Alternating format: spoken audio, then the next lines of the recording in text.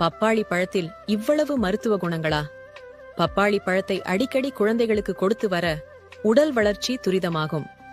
எலும்பு வளர்ச்சி, பல் உறுதி ஏற்படும். பப்பாளி காயை கூட்டாக செய்து உண்டு வர குண்டான உடல் படிப்படியாக மெலியும். தொடர்ந்து பப்பாளி பழத்தை சாப்பிட்டு வர கல்லீரல் வீக்கம் குறையும். பப்பாளி பழத்தை தேனில் தோய்த்து உண்டு வர நரம்பு தளர்ச்சி குறையும்.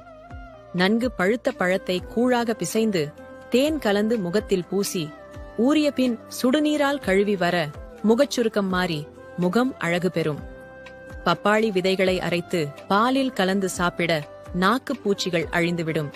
பப்பாளிக்காயின் பாலை வாய்ப்புண் புண்கள் மேல் பூச புண்கள் ஆறும்.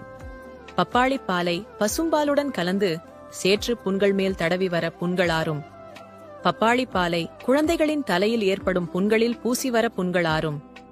பப்பாளி இலைகளை அரைத்து கட்டி மேல் போட்டு வர கட்டி உடையும்.